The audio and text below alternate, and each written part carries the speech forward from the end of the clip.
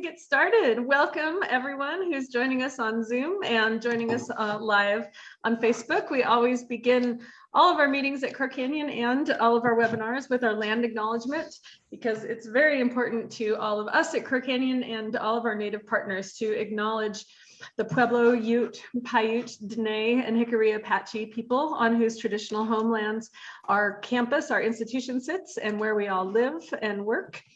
Our mission-related work at Crow Canyon would not be possible at all without Indigenous people in the past, present, and future. We respectfully recognize and honor ancestral and descendant Indigenous communities for their contributions, not just to us, but to all of humankind. And we are grateful to all Indigenous people and support the preservation and protection of cultural traditions, ancestral connections, and sacred lands in all that we do. And that flows really nicely into our mission in the world to empower present and future generations by making the human past accessible and relevant through archaeological research, experiential education, and American Indian knowledge. Please do check out our website if you haven't. We have just updated it, which was a very onerous task, so we'd love to hear what you think about it. I know that probably everybody's really familiar with Zoom right now, but if a couple of tips, if you want to move my head or Todd's head over to the right so that you can better see the PowerPoint presentations, just drag your cursor over to the black line and pull it across. When you have questions during the presentation, please go ahead and put them in the Q&A. It's better, we will scroll through the chat, but it can get a little bogged down, so please put them in the Q&A section. If Zoom is giving you headaches, go ahead and head over to our live stream on Facebook, and you can always see these after the fact on our YouTube channel. So we get a lot of questions about how people can contribute to some of our Native partners and communities, particularly who have been very hard hit by COVID. And you can snap a picture of these links if you'd like to contribute to helping our Indigenous partners, or just shoot an email to any of us and we'll send you to the right place. This is our last webinar of the year, just the year, so don't run away. We hope that you come back. Thank you to everyone. We had so many amazing donors and contributors to help us to bring on our scholars and have the technology to run this webinar series, and pay Taylor, who people hear in the background sometimes, who is incredibly awesome. So thank you for doing this. We're going to take a little break for the holidays, but please come back. Our next one will be January 20th. It's a pretty special webinar. Dr. Joseph Swina, who is an elder and a leader at the Pueblo of Cochiti in New Mexico. He is also a dear friend and mentor to me and to so many of us at Crow Canyon. He is an educator. He is just absolutely incredible. And he's going to be talking about Pueblo people, ancient path in modern times, which is an incredibly timely topic right now. So please come back and join us again in January. I'm going to turn it over really quickly here to Doug Baxter from the Pueblo Archaeological and Historical Society to give us a quick update on your organization. Hi, Doug. Hey, thanks, Liz. Again, my name is Doug Baxter, and I'm president of the Pueblo, Colorado Archaeological and Historical Society, and we're a chapter of the Colorado Archaeological Society. We're excited to again have Todd Surovell speak and are proud to be co-sponsors of tonight's talk by Dr. Surovell, and to be partnering with Crow Canyon on this and other recent talks we've had. I'd like to thank Crow Canyon, Liz Perry, and Tyler Hausbrook. Thank you. Thank you so much, Doug. We're so happy to be partnering with you too. And it is now my pleasure to introduce Dr. Surovell, who is a professor and department head at the Department of Anthropology at the University of Wyoming in Laramie. He's also the former director of the George C. Frizen Institute of Archaeology and Anthropology. As we were just chatting about Tucson, he received his PhD at University of Arizona, where myself and many of us also did. But he wasn't a Southwestern archaeologist in the way that so many of the people that he ran by in the hallways was. But Todd has an incredibly diverse amount of scholarship. He has worked all across the American West, in Wyoming, Colorado, but also Israel and Denmark. And as is the topic of his talk today, from 2012 to 2017, he ran an ethno-archaeological project with reindeer herders in northern Mongolia. He's published over 60 articles in his field. His first book, Economics of Stone Tool Use Towards a Behavioral Archaeology of Lithic Technology, you can always check out, that's available. And almost hot off the press is his new book on Barger Gulch, a Folsom campsite in the Rocky Mountains. So that should drop into your Amazon Prime account at some point here in the next month or two, and we will be promoting that at Crow Canyon as well. He is originally from Northern Virginia, but now I believe feels at home in his high plains and mountains of Wyoming. He's been there for 18 years, but apparently, Todd, we hear it's only been recently that you have finally invested in a pair of cowboy boots, so which does qualify you to jump into the Yellowstone team as well. So welcome, Todd. Todd did an amazing talk last year that's available on our YouTube channel that you should definitely check out after this one. So without further ado, I will hand it over to Dr. Surovell. Well, thank you, Liz, for that really kind introduction. It's great to be back, and welcome to all of you out there in internet world. It's always strange to sit here in my office and talk to my computer, knowing that there are apparently more than 100 people out there on the other side. So let me talk to you about Mongolia. Let me talk to you. Can you guys see my screen? Yes, it looks great, Todd. Excellent. Let me talk to you about how I ended up in Mongolia. This project was different for me in that it was really my first major foray in working with living people instead of the dead. And working with living people was wonderful. I mean, this was one of the most enriching research experiences of my life. It's also complicated. And I just want to give you start with a small anecdote of the kinds of things that you can actually do as an archaeologist when you have the ability to talk to people, which is not common in our field. In 2012, I took my first trip to the Mongolian taiga. They call this the taiga. It's actually taiga means boreal forest or coniferous forest. We're actually above tree line here up in the mountains. And we're on the James River Valley, and I was camping on this terrace that you see in the background of this photograph. And I was camping across the river from a group of reindeer herders. And every day I would cross this floodplain, and in the floodplain there was this really, really strange stone alignment. About 240 stones. There's a log in there in the back. It has this really bizarre shape. It's about 10 meters long and 5 meters wide. And I'm, every day my colleague Matt O'Brien and I are walking past this, and I said, what is this thing?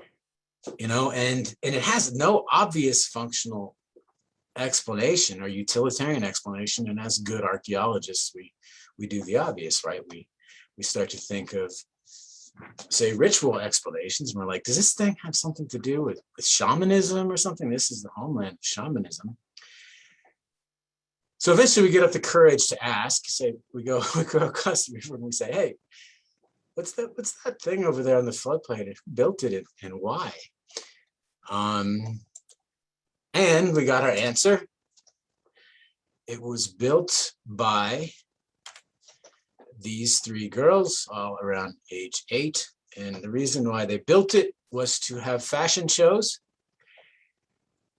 Basically, they would walk down this side, they'd pose out here in these little cutouts on the edges, and then walk back out the other side. This was a runway. And in fact, we actually published a nice paper on these, what children call playhouses, and how they differ from stone alignments constructed by adults. And there's actually clear material differences between these things. But without the ethnographic informants, obviously we never would have guessed what this was. So how did I end up in Mongolia? It certainly wasn't with the intent of studying children's play features. That was a bonus little project. I ended up in Mongolia because of my work in Colorado, actually. I was working at the Barger Gulch site, which Liz mentioned. There's a monograph on that coming out shortly. The Barger Gulch site is in Middle Park, right here, kind of west of Denver, on the other side of the Front Range, south of North Park here, and not surprisingly, north of South Park. It's the headwaters of the Colorado River. And at Barger Gulch, if you heard my talk last time here in this venue, I talked about this site where we have it's intensively occupied Folsom campsite sitting on top of this high ridge here along this stream called Barger Gulch, and this is the Colorado River. It's a tributary of the Colorado River. And the focus of our research was really the spatial and social organization of this campsite. We excavated over 164 square meters. The site dates to around 12,800. It's actually older than that now that with new radiocarbon calibration, 12,850, I think. 10 years of excavation, more than 75,000 pieces of chipstone, and lots of really, really interesting spatial patterning. So you're seeing a map here where all these kind of beige blocks are excavation blocks. Every little black dot there is a mapped piece of chipstone. The red polygons are hearth features. And what I found was that, it's really, really easy to identify spatial patterning. You can see spatial patterning just looking at this map, right? But I was struggling to explain what the significance of many spatial patterns for what they mean for human behavior. At this site, we're able to identify the presence of at least 3 households, which is unusual. This is a reconstruction of what we think the site looked like roughly at the time of occupation. I mean, I can't tell you that there were conical skin-covered lodges, but we're pretty sure we had households there. And we're able to infer this on the basis of distributions of stone tools. But in general, when we're looking at scatters of stone tools like this, or scatters of anything in the archaeological record, and we're trying to understand what they mean for past human behavior, they're really a product of 3 things. One, where people do things, right? I mean, fundamentally, this is what creates patterning in the archaeological record, is spatial decisions that people make about where to do different activities. Secondly, where people discard refuse. We know that people don't always just leave things in the places where they use them. Sometimes they clean up things and move them to secondary middens or other contexts, for example. So that's another factor that will affect archaeological spatial patterning. And finally, disturbance processes, or what happens to the site after it's abandoned, and all the things that can modify the pattern left behind by people. And these 3 things in concert produce spatial patterns. And what I felt like, surprisingly, this first one, number 1, is the one we knew least about. We knew absolutely the least about where people do things and how they make spatial decisions about where to do things. We have done a lot of ethnoarchaeological studies, for example, of refuse discard practices and disturbance processes, formation processes. But this basic question of where people do things, I just felt like we didn't really have a good answer to. So I had this simple question, is how do people decide where to do what they do? And everything we do, literally where you're sitting right now, you made a decision about the spatial location in which to do it. Everything we do is done in a spatial context. We're making these spatial decisions constantly, usually subconsciously, about where to do things. And I really wanted to understand how people make these decisions, particularly in a nomadic context like the one I'm studying archaeologically. And then secondly, what are the archaeological consequences of those spatial decisions that people make? So if I ask you, right, how do people decide where to do what they do, and I give you a space like this, you have a pretty good understanding of I think the general factors that probably govern those decisions. And if I asked you, where are people going to cook in this space, you would know. And if I said, where are they going to be when they watch TV, you would know. And if I said, where are they going to be when they eat dinner, you would have some idea. And if I said, where would they be if they want to do yoga, you'd have some idea, right? We understand these kinds of spaces very well. But what if I ask you the same questions about a space like this? This is a Doha. This is the name of the people I studied in Mongolia, the Doha. This is what they call an ortsingir. It's a conical lodge, it's a teepee. How do people decide where to do things in a space like this? Honestly, I had very, very little idea. how to answer this question before I did this research. You can certainly turn to the ethnographic record and you'll see generalized diagrams, for example, of how Native Americans in the Great Plains use teepees, but they're not terribly informative or useful. How do you decide which space to use in a space like this? If you're gonna, let's talk about first, how do you decide what you're gonna do inside versus outside? And if you choose to be outside, what space are you gonna choose?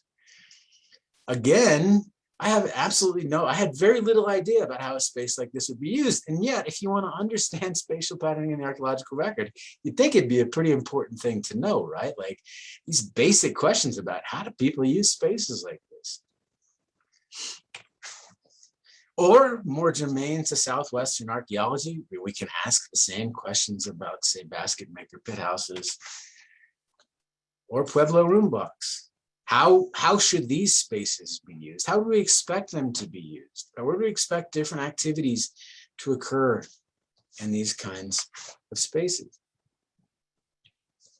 So these kinds of questions that I'm asking certainly are germane to the investigation of a Folsom site in the Colorado Rockies, but I would argue this question pertains to archaeology anywhere, anytime, and pertains to everybody all the time. This is how I ended up in ethnoarchaeology. And it's actually a very common story for how people end up in ethnoarchaeology is there's something that they don't understand archaeologically. They want to see it play out in the real world. I wanted to understand how nomadic people in a temperate environment used space.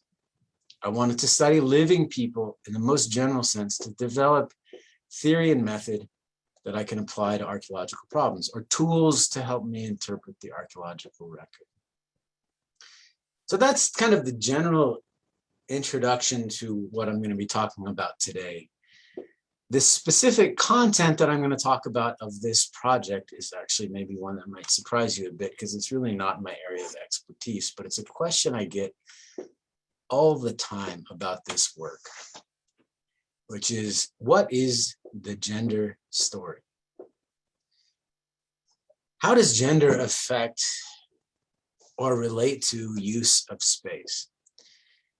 And I want to, as a launching off point, I want to go to this classic edited volume by Joan Jarrow and Meg Conkey, Engendering Archaeology, and the original feminist critique of archaeology, which noted, and I agree, that archaeological interpretations tend to be very male biased. Most archaeological remains are thus viewed as the product of men's labor, and female labor and its material residues were largely ignored. This book was published, I think, in the late 80s or early 90s. I don't remember the actual publication date. But if you think about, so here's a map of a bunch of stone tools in our East Block at Barger Gulch. Traditionally, most people would see most of what you see there is the product of male labor. And most of that kind of interpretation comes from probably biases inherent to the field, inherent to our upbringing, inherent to our society. It's just simply an assumption. We really don't know who created that hearth. We really don't know who created those stone tools. We really don't know to what extent we're seeing the product of males versus females, adults versus children here. Another critique, this is from a book called The Invisible Sex by Jim Otto-Vasio and Olga Sofer and Jake Page as well, is that not only does the field have these biases, but the archaeological record is also inherently biased. And that, they argue, the products of female labor, the traditional products of female labor, tend to be made on perishable materials that don't preserve well in the archaeological record, whereas the products of male labor tend to be hard and organic and preserve much better. So we have this double whammy of, we have a biased archaeological field, but then we also have this biased archaeological record that makes everything in the past, at least in hunter-gatherer societies, look very, very male, and that women are essentially the invisible sex.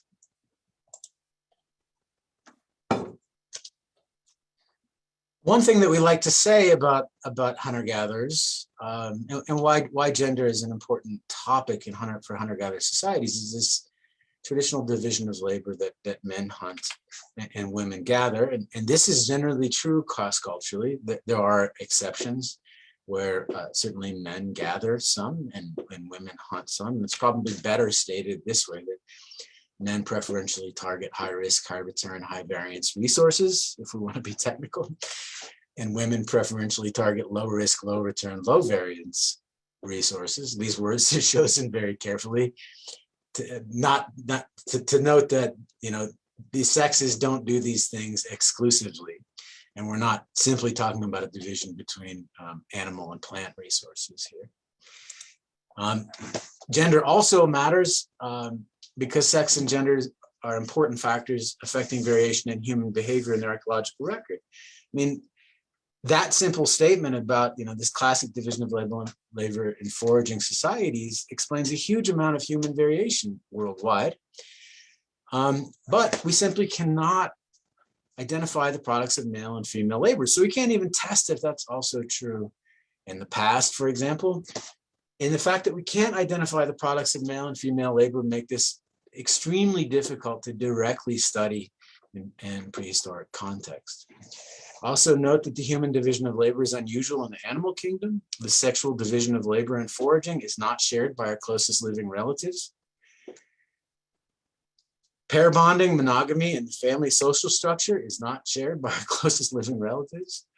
Food sharing is also very unusual, particularly food sharing in non-kin. So if we want to understand how this classic human way of making a living evolved, when it evolved, why it evolved, it would be useful to be able to identify authorship and gender in the archaeological record. Sadly, I'm not going to give you the answers to all of these questions today because I don't really know the solution to this problem or the answer to this question. But what I'm going to do is try to answer two much simpler questions. We can't answer questions about gender in prehistory if we can't identify it archaeologically. So how might we be able to identify it archaeologically? Let's begin with this question. Should there be gendered spaces in the archaeological record? And what I mean by this are spaces that are predominantly used by one gender or the other. And if so, and if we can identify gendered spaces, then with some degree of confidence, potentially we can start to make inroads into these questions of gender in prehistory. If those gendered spaces, if they exist, and they have some archaeological visibility. So two questions. Should we expect there to be gendered spaces? And if so, should they have a material archaeological residue? Okay, so these are the Doha. On the left is Tsetsekma. I call her my Mongolian mother. Her son's about to get married. They have just slaughtered a reindeer. They're making blood sausage. So they're filling these intestines full of blood. They're tying them off with sinew. And they're going to boil that and eat it. And it's actually kind of tasty. The Dukha Ethnoarchaeological Project differs from traditional spatial ethnoarchaeology in that not only do we map houses and features and debris left on the ground, we actually map people as they're going about living their lives. So we're mapping the spatial distribution of people as a way to try to understand how people decide where to do what they do. And specifically, I'm going to focus on how does gender relate to the use of space among the Doha. Let me situate you in space. To the south on this map, we have China. To the north on this map, we have Russia, and tucked between them, we have Mongolia. I worked in the very northern part of Mongolia at a place called Amek, where Amek is like a state or a province, up in this little peninsula up here, right, very close to the border with Russia in the Sayan Mountains west of the Darkhat Depression, which is here. This is what a Doha summer camp looks like. It struck me years after I took this photo how similar it is to that reconstruction of Barger Gulch that I had painted 5 years before I took this photo, which I thought was a strange coincidence. So who are the Dukha? Well, they're of Tuvan descent. Tuvan is a language family of Northeast Asia. The traditional language is Dukha, or the Tuvan language, although they pretty much speak Mongolian today. Only the older generation speaks Dukha. The degree to which they're nomadic varies from family to family. Families with school-age children, for example, will spend the winter in the school year in town and then come into the taiga for the summer. Other families will move at least once per year. Their subsistence is based largely on reindeer, meat, and dairy, but they have other domesticated animals too, like horses, sheep, cattle, yak, dogs. They do a little bit of hunting traditionally, although hunting has been outlawed now, and gathering of wild plant foods as well, a little bit of fishing. In all, they number about 200 people in 2 geographic areas known as the left and right taigas. My work was exclusively in the right taiga, which you see here. These are domesticated reindeer. They're used for packing. Here you see a man provisioning his summer camp with firewood. They're going to be there from middle of June to the middle of August, and they're above tree line, so they're packing in firewood because they're going to need three months worth. Actually, sorry, 2 months worth. Reindeer are obviously ridden. If this was in person, I would maybe show you how to get on a reindeer. Needless to say, it's a little different than riding a horse, and harder. There's a lot of fat under the saddle. Saddle is very jiggly, especially in the fall when these animals are really fat. You don't put your foot in the stirrups and step over, because the saddle will just turn.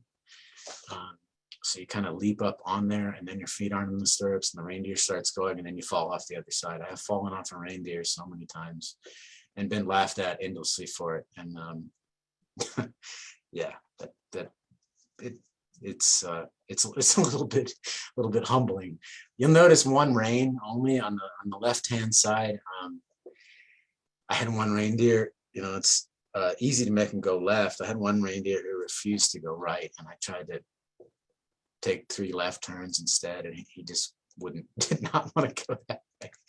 In the fall, when the antlers are in, the antlers are huge and like up in your face, and the deer turns his head, it hits you in the head.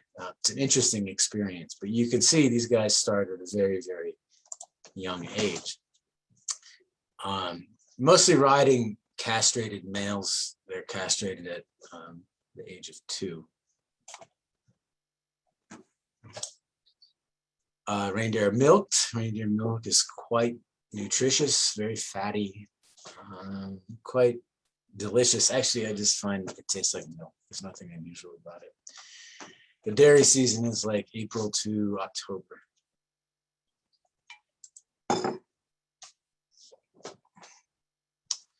This is the reindeer that was slaughtered to make the blood sausage. Mongolians, when they slaughter an animal, will do their best to save all of the blood, and it will be consumed. This camp, which had 8 families in it, this animal was shared. The animal was owned by a single household, but the ribs and the organ meats were shared among all the households in the family. And this animal was slaughtered pretty early in July. Because that wedding was happening, there were going to be a bunch of guests. They tend to slaughter these animals much later in the season when they have more fat, typically in October. The hides are used a little bit. This woman is rehydrating a hide that had been stored. She's brushing on a mixture of flour and water. And then she's going to wrap it up and let that ferment a little bit. That'll rehydrate it, and then she'll scrape it down with some metal scraping tools. And the hide was traditionally used for clothing. In fact, she was making a gift for somebody with this. And a lot of hide is now used to make handicrafts to sell to tourists. You occasionally see hats still being used, certainly boots for children. Fishing is possible in the summer. It's not possible in the winter because this is a very, very cold place and the rivers are frozen down to the bed. Up in the summer camp where these grayling were caught, you can fish once the fish migrate up there in the summer. Fishing is not a big part of the subsistence economy. It seems to be a way for teenage boys to keep themselves busy in the summer.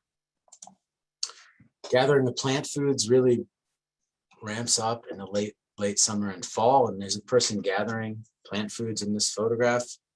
I'll give you 3 seconds to find him.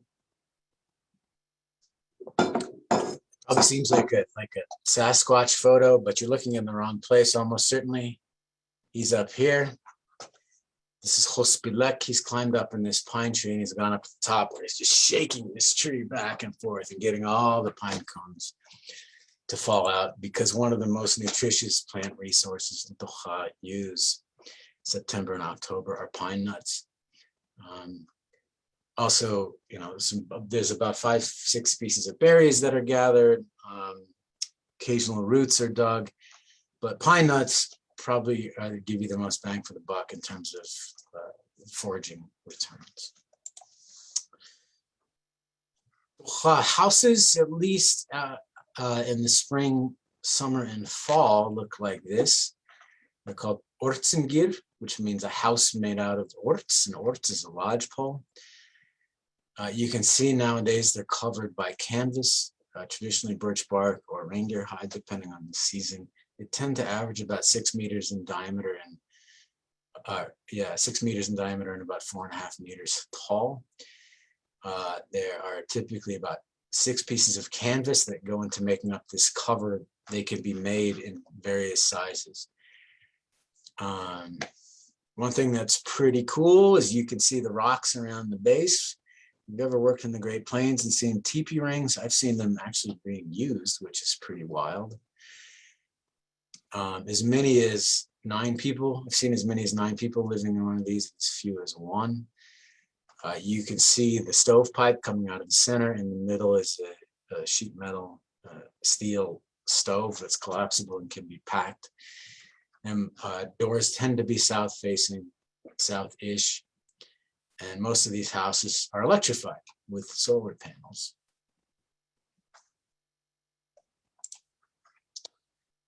This is a very generalized layout of the interior of a Doha home. And on the top, this is my best attempt at a panorama of the exterior of the house, going from the door, wrapping around to the door, back to the door. So when you enter on the south side, you tend to have firewood and a kitchen area sort of in the first 90 degrees of the house. You can see that here. And then the rest of the house alternates between beds and storage areas. Depending on the time of year and how many people are there will determine the actual layout and how many beds and such there are. You can see, well, before I get there, I'll note that the Doha, if we're telling the gender story, the Doha say that the west side of the house is the man's side and the east side of the house is the woman's side. This is sort of a cultural model. We'll look at to what extent that's really true. I want to note one thing here. You can see this, there's something hanging from the lodge pole here. And what that is a child and a cradle board. Pretty cool to see this technology still in use. It's probably a 40,000-year-old technology. So you get to see some very traditional ways of living, but if you turn your head 90 degrees, you also see one reason why it's important to have solar panels when you're a reindeer herder in Mongolia, because how else are you going to watch satellite TV or in this case, Korean docudramas on DVD players. You can see these guys here, very intent on watching TV, and these girls very excited about watching me. And of course, if you want to have television in the taiga,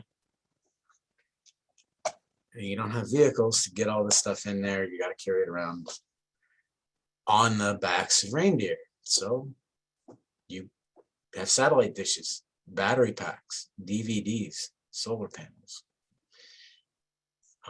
You can see the solar panel here. You can see the scope of a rifle on the back of this other deer over here. So a wonderful, wonderful and interesting mix of traditional and modern technology. I mean, one really interesting thing I saw that comes to mind is cell phones. I mean, during my time there was the transition from flip phones to smartphones. And I would watch people climb up in trees to get a cell signal. I watched people ride reindeer to the tops of mountains to get a cell signal. I'm kind of curious how the distribution of cell signals affecting, for example, choices of places to live.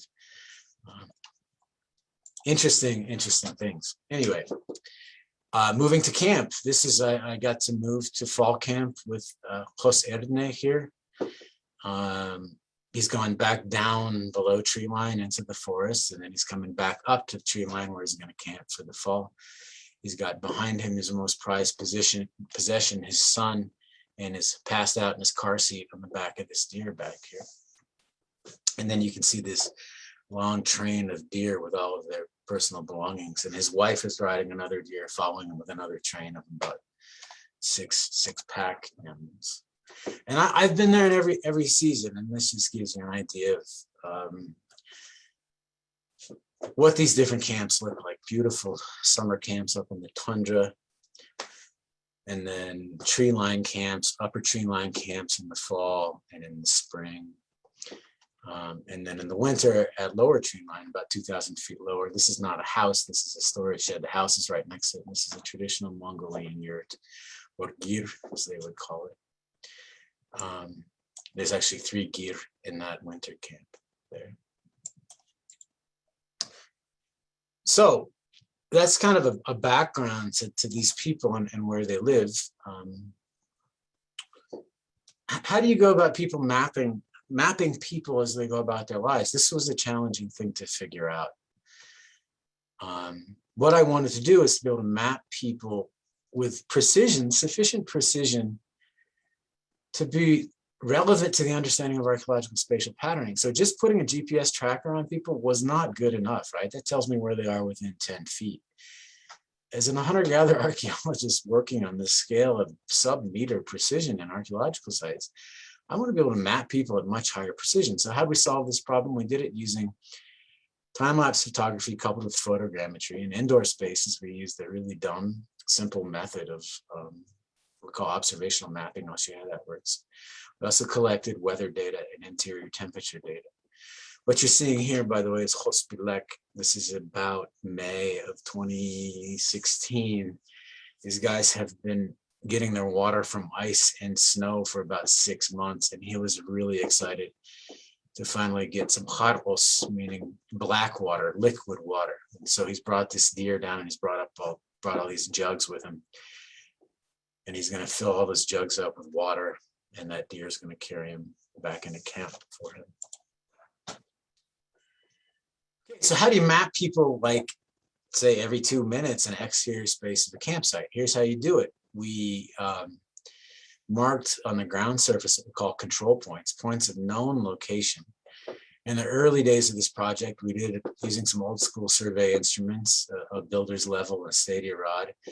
Once we got better funding from the National Science Foundation, we were able to get high precision GPS receivers and map them with GPS. And then we take a camera and we elevate it on this mast.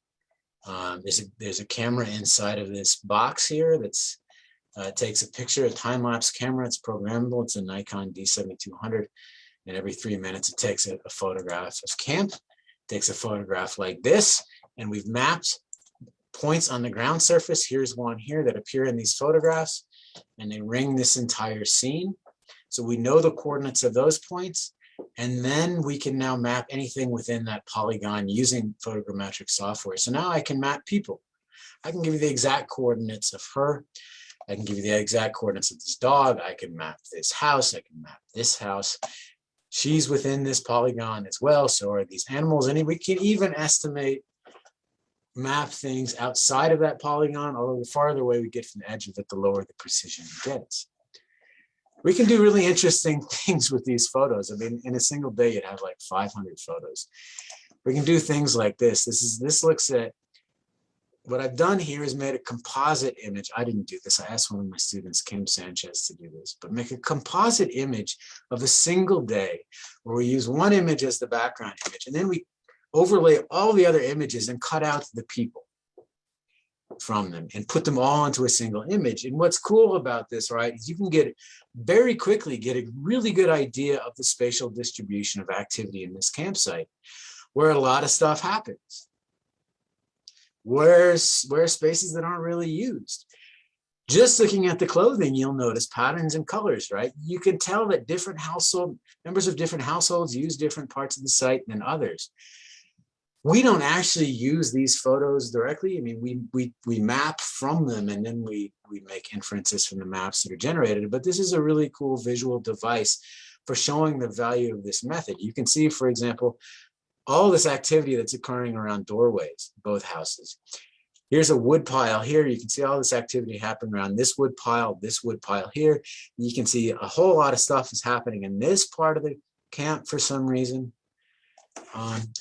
So you can see how this technique is really useful for mapping the distribution of human activity in these exterior spaces in these camps.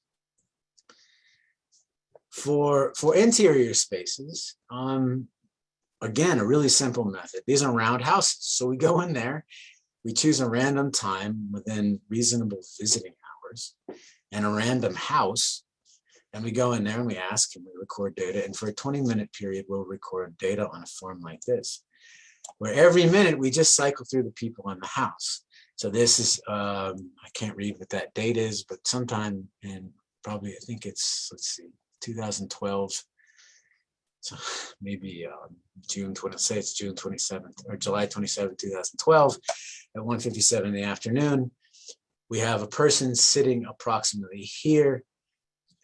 She is the second oldest female from house 5, and she's sawing antler, and she's using a hand-sawed antler right there. And then the second point, which is a minute later at 1:58 p.m. Let's see, I don't see, it's right up here. The oldest female in that house is making a dell, which is a traditional Mongolian jacket, and she's using scissors.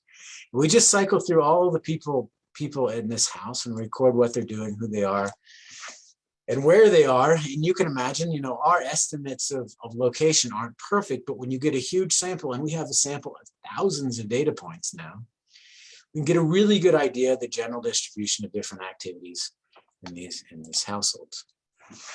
We collect weather data because obviously weather is a strong factor governing the spatial distribution of human activity. So we have a weather station that we brought with us that every 5 minutes is collecting temperature, humidity, dew speed, or dew point, wind speed and wind direction. This just shows a time series from, I think, 2002 from August of temperature. And you can see, you know, this is the warmest time of year, and virtually every night it's going below freezing.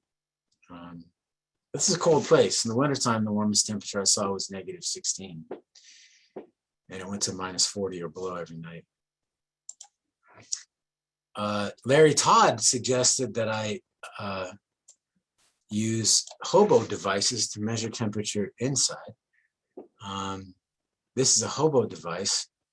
It's just this little black thing you tie a string to it and you'd hang it from the lodgepole.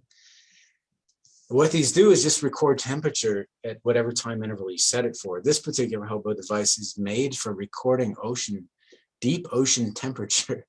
But it's a super cool thing. You just start it going and it just automatically records temperature. Imagine if you hung this in somebody's house and you just recorded temperature every minute or 2 minutes, and you get beautiful time series like this, which is really cool.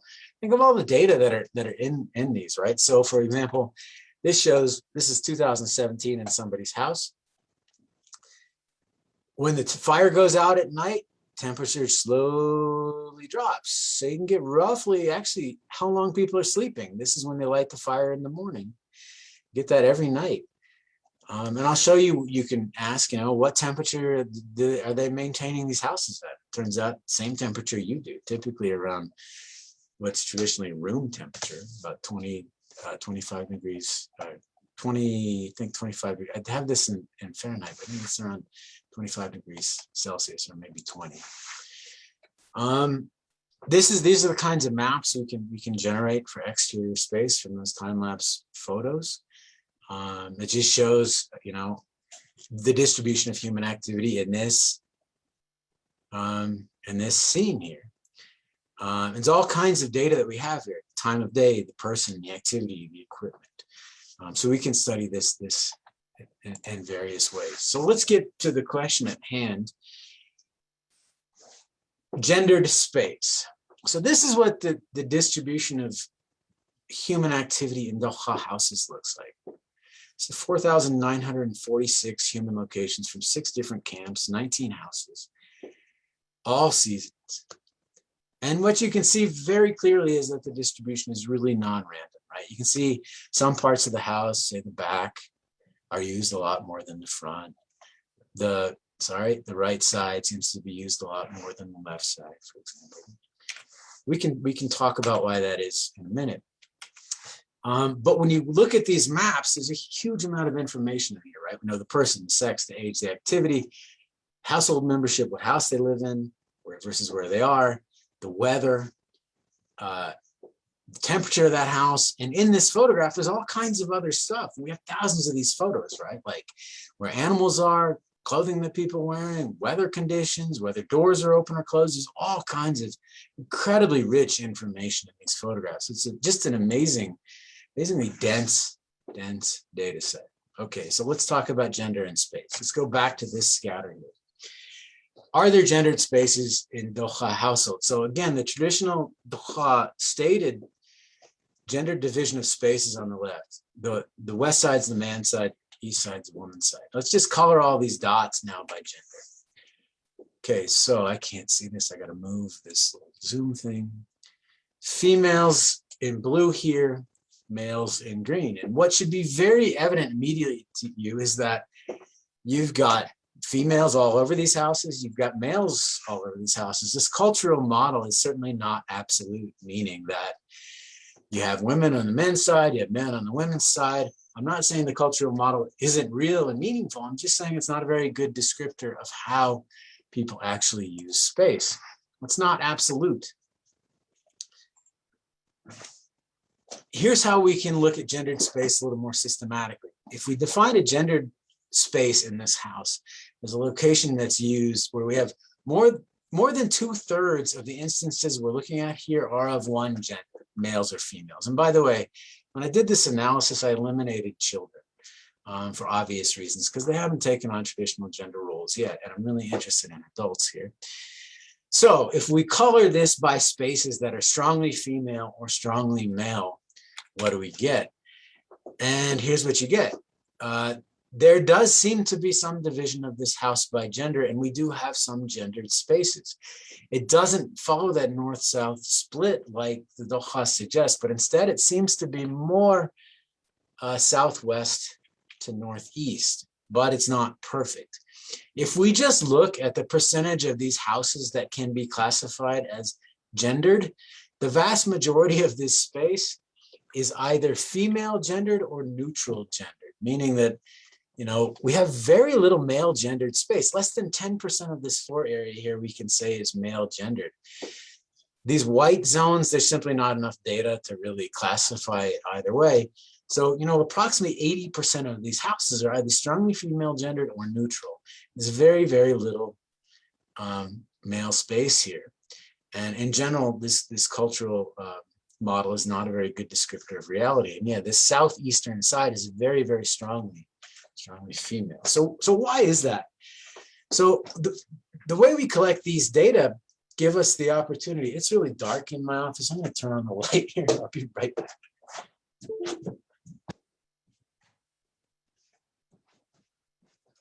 All right, sorry. The way we collect these data allow us to not only map people, but we can actually, look at gender division of labor, because we're recording gender and what people are doing. So let's look at how these really common activities, and these are the most common activities that are happening inside these houses, divide up in terms of male and female activities or gender neutral activities. So these are, if we take all those 4,900 observations we have and categorize them into these categories: making and repairing things, home maintenance, eating, drinking, sleeping, resting, food prep, smoking, fire maintenance, childcare, animal care, watching TV, socializing. If we now assort these into male and female activities using the same rule as before, where greater than 2/3 of them are done by one gender, then we're going to put them on that side. How do these things assort? So this shouldn't surprise you that home maintenance, food preparation, fire maintenance, childcare, and animal care are primarily female activities. in these households. This is a very traditional division of labor by gender. And I should note what animal care means in this context is usually feeding dogs or making dog food. Now, what about the rest of these activities? There are two that are male-dominated activities, only smoking and watching TV. Males are not doing a whole lot in these houses. And in fact, you may have thought making and repairing implements was going to go to the male side. It turns out that it just barely missed that cutoff.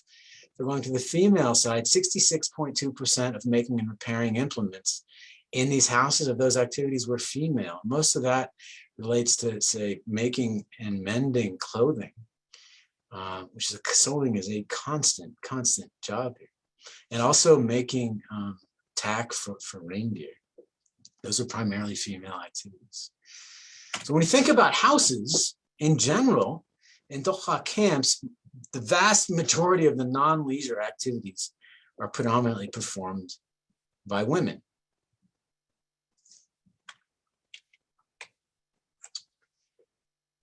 You know, you might say, yeah, when you might wonder what males are doing, right? And certainly when males are outside the house, they're doing a lot. I mean, males are primarily, but not exclusively responsible for all the reindeer herding activities and herding of other domestic animals too. So when males are outside of houses, they are very busy. But I will also note that when females are outside of houses, they are also very busy. But when males are in houses, mostly leisure. Okay. I want to zoom in on these two activities, food prep and fire maintenance, because I think they're really important in structuring the gendered use of space here. So one thing that's pretty cool that we can get from these hobo data is we can identify how often fires are fed. Basically, when we see the temperature, a dramatic increase in temperature, it's telling us somebody's putting wood into the fire. And based on that, this is, you know, we can write some code to identify how many minutes elapse between fire maintenance events. This little peak out here is, you know, you go to bed and you wake up in the morning 5 to 7 hours later and start the fire. But this represents fire maintenance during the day. And what you see is that fires are very, very frequently maintained, typically every 5 to 60 minutes. We're adding more fuel to the fire, but typically every 15 to 20 minutes is most common. So this is a very, very regular activity. And this is a very female activity, right? And those data, it was 87% of fire maintenance events were female, and this is happening regularly to keep that fire going. If we look at the spatial distribution of that, there's a door on the side of the stove where if you're cooking, you can put food into, or you can put wood into the fire here. Most of the fire, fueling the fire goes into the top when you're not cooking. And you can see that the distribution of fire maintenance activities tends to be very, very strongly clustered in red here to that female side of the house. This is where the firewood is stored. This is, you know, where you can enter the stove in any condition. And that tends to be a very female activity. Food preparation is happening regularly, both making tea and making meals. And it's also, if you remember, the kitchen is on this southeast side of the house, the female side of the house. And because these are very frequent activities and predominantly female activities, and the locations are constrained by floor plan, I think the southeastern side of the house becomes by default female, which means that men tend to be displaced to other parts of the house, to the opposite side of the house. So are the products of female labor archaeologically visible? Well, certainly domestic hearth features are the products of female labor, and we find those things all the time. Food residues are probably primarily the products of female labor, at least once they've been cooked in the household. What about stone tools? Now, Doha aren't really using stone tools, but I shouldn't say they aren't using stone tools. I have seen stone manos, essentially, or more like pestles, used with a wooden mortar. And I once saw a vodka bottle smashed to produce really sharp glass edges to shave the hair off of some hide. But they're not using stone tools. So how can we get some insight into stone tools here? Well, my colleague Randy Haas suggested that we start categorizing some of these activities as to whether they would have required stone tools in the past. So let's look at activities that would have required the use of stone tools and to what extent they're gendered in these houses. So making and repairing implements, as I mentioned, strongly female activity in these houses. Use of knives, like you see right here, right? I mean, obviously, this is a good analogy for the use of stone tools, and in these houses, at least, predominantly a female activity. Scissors, used all the time, and again, predominantly used by females. Use of scrapers, 100% of the instances I saw of using scrapers to work hide were female. So all of those activities in the past that would have required stone tools in these houses are predominantly female activities. Now, of course, you're probably asking or going to ask me this question, you know, is this a Doha thing and only a Doha thing? Does this pertain to Folsom or anybody else? Or is this a human thing? And I don't really know, but I can give you at least a couple thoughts on that. I mean, I have not done ethnoarchaeology elsewhere. Other people have studied the division of labor by sex. There's some very classic literature on it. For example, this paper by George Murdoch and Katerina Provost. And one thing they found, for example, is that the most gendered activity cross-culturally, female gendered activity cross-culturally, worldwide, is cooking and food preparation. This is absolutely not a Doha, just a Doha thing. This is a worldwide thing, that preparation of foods tends to be very strongly female gendered. It is more female gendered than gathering of wild plant foods. What about fire maintenance? Actually, nobody has systematically studied this. I have a student right now who's working on this, doing a cross-cultural survey of fire maintenance and trying to determine if it's also similarly strongly female gendered. In an earlier paper, Murdoch wrote that his impression was that fire making tends to be masculine, fire tending tends to be feminine. There's a good reason why. We know cross-culturally that men tend to have higher mobility on average, tend to spend more time away from home. If you want to keep the fire going, the people at home are going to be doing it.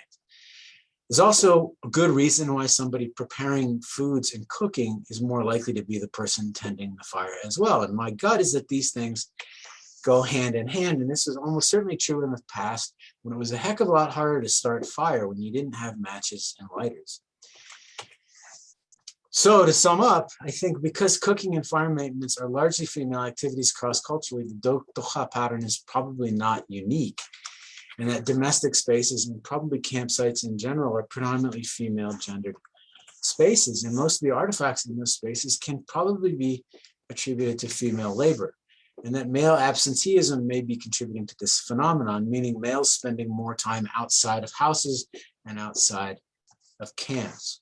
Female gendered areas of harsh-centered activity areas should be present archaeologically and might be identifiable. Now, this is the tricky part, right?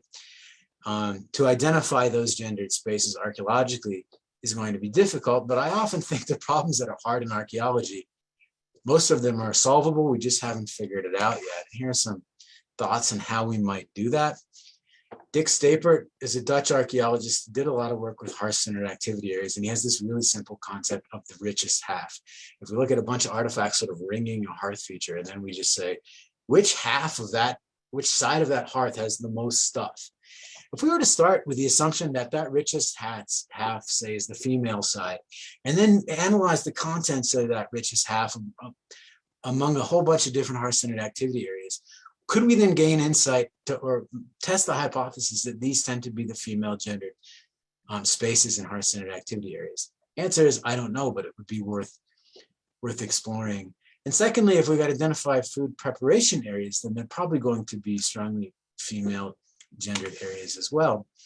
And if we can do this, and if we can study the spatial organization of these harsh-centered activity areas through time and space, it could potentially yield insight into the timing and mode of evolution of the human sexual division of labor, which would be a really, really important contribution.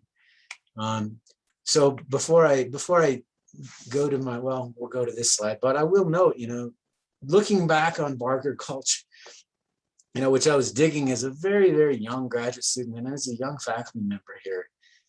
And we're digging up all these stone tools from the Pleistocene, from bison hunters around these hearth features in these very domestic spaces. Those implicit biases that the first, say, feminist archaeologists were discussing very much affected me. And I would say that I was pretty much operating under the assumption that I was largely seeing the products of male labor there. I tend to think now quite the opposite, that at least in these domestic and campsite spaces, in a Folsom site occupied by large game hunters, that we're probably in those spaces seeing predominantly female labor. And in fact, that the characterization of females as the invisible sex is wrong. And in fact, in these domestic spaces, that males are probably more likely to be the invisible sex. And I will leave it at that, and you can ask me questions now. Thank you so much, Todd. That was fascinating. We were all wrapped on this side, and even though you can't see the audience when you're doing the Zoom, know that we were laughing at all of your jokes. There definitely was appreciation on this side. Really, really spectacular study, particularly not knowing anything about Mongolia or these cultures. It was wonderful. We do have some, I know we're a little bit over. Do you mind sticking around for a few minutes to answer a few questions? I don't mind at all. Excellent. There is a bunch of questions and some curiosity around how you chose this particular cultural group for study, and how did you persuade them to let you hang out in their houses and do all of these things?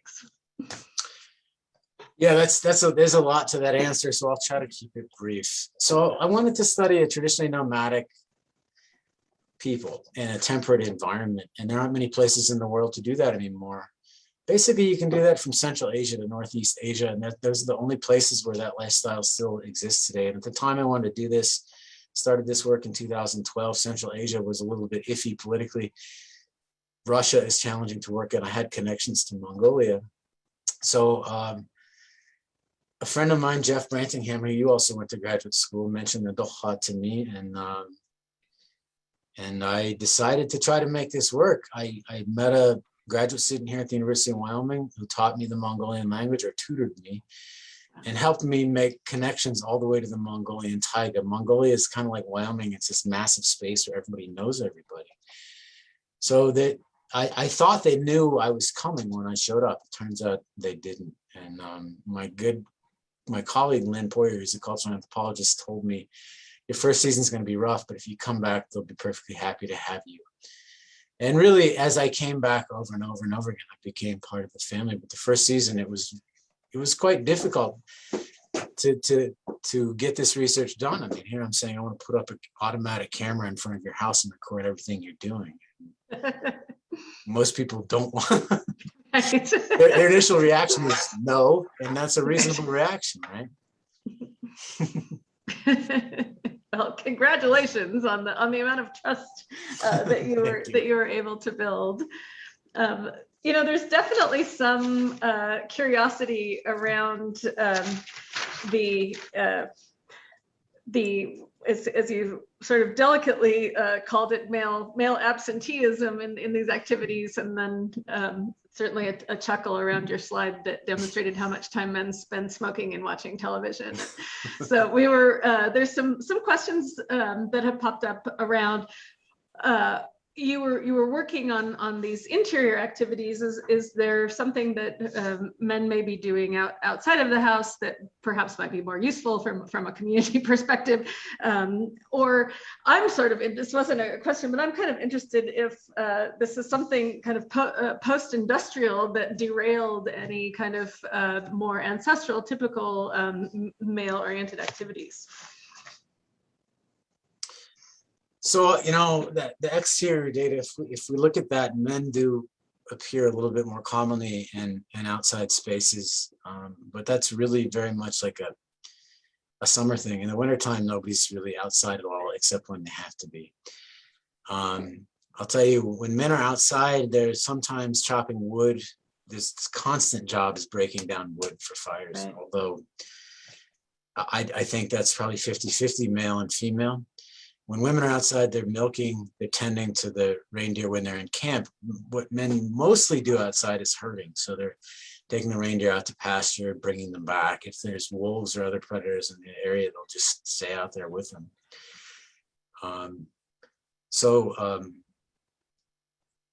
There's not, I would say it's a little bit more equitable in exterior spaces of camps, but it's still a lot of female labor out there. The camp in general tends to be very, very female. And somebody asked, what's the gender ratio in the population? And in my study, which included like 70 people, it was almost exactly 50-50 male and female. Is there something about the modern situation that is affecting this division of labor? I don't know. I will say that the division of labor I've documented here is absolutely typical for pastoral societies. Wow. There's nothing unusual about it at all. I think the modern division of labor that we find ourselves living in is what tends to be unusual in the great array of human ways of being. This is a very traditional division of labor. We had some people kind of interested in what maybe the social structure marriage patterns might be. Are these polygamous communities, or what's the social organization look like? Well, they're very much monogamous. One challenge to marriage nowadays, these people migrated. They used to regularly move across the Russian border back and forth until that was shut down and monitored. They moved across the last time in the 1940s, and there's been basically no interchange with Russia anymore. But the smallest of many ethnic minorities in Mongolia is only about 200 Dukha people, and they're all related at the first cousin level, which means they struggle to find marriage partners. Nobody aspires to be a reindeer herder in Mongolia. So they find marriage partners among the nearby Darkhat Mongols. And I would say this is one of the greatest threats to the population, aside from climate change being the southernmost reindeer herders in the world up against the international border. Finding a marriage partner is a real challenge. So I saw maybe 3 newlyweds in my 5 years in 6 field seasons there. They tend to be patrilocal, although I don't think that's necessarily a rule. And very much monogamous. Property is owned at the household level, including the livestock. There's a little bit of sharing of wild resources, but a lot of sharing of labor when people are camped together in the herding exercise, and also big heavy tasks like castration of animals, managing the birthing of calves, that kind of thing. Right. In terms of access to modern conveniences, that was kind of a fabulous picture of the dish on top of the reindeer, and some of our folks are wondering what is the access to electricity and water and other kinds of conveniences like for these communities? Good question. The water is not an issue. You know, when you think of Mongolia and the Gobi Desert, water is hard to come by. Here, there's endless water. Every camp is by a flowing stream, except in the winter when it's all in solid form. People drink right out of the streams. I didn't. They told me I could have, and I believe I could have. It's too much of a risk for me to drink right out of the stream. So water is plentiful. Electricity is virtually all households have solar panels, battery packs, and they'll have LED lights, and some houses will have TVs. Virtually everybody has a cell phone now, but you won't be able to use it in most camps. One household had a shortwave radio that they used to communicate with town and with the left taiga. But when you're in the taiga, I want to say, you know, in the closest camp to town, you're maybe 30 miles from the closest town. and maybe 20 miles from the closest road. So there's no vehicles to get in there unless you go in by helicopter, which I've never seen. They've told me people have gone in by helicopter. Medical care is hard to come by. When I was there in the summer of 2013, the government sent up some doctors who set up a little, they borrowed one of the horses to set up a little clinic and vaccinate people and do checkups and that kind of thing. But if you want to have surgery, you got to go to the provincial capital, which is a 2-day ride out of the taiga, then a 3-day drive in a vehicle, or to get dental care, good dental care. It's the same thing. It's a very, very, very remote situation. Wow. Everybody's educated. Everybody was literate. The women tend to be better educated than the men. Men very commonly drop out of school, grade 6 to 12, somewhere in there, and get pulled into the herding enterprise or pulled back into it. Women are often college educated. Wow, that's fantastic. Well, I think we're pushing a quarter of an hour over, so I just wanted to thank you, Todd, Dr. Surovell. This was a spectacular presentation and wonderful research, and thank you for doing it and for sharing it with us and the world. My pleasure. Thanks for having me back. I really appreciate it. Oh yeah, we're going to be tapping you next year too. So you can run, but you can't hide. Happy to do it. All right. Well, have a wonderful holiday season, and we will see you in the new year. You too. Bye, everybody. Okay.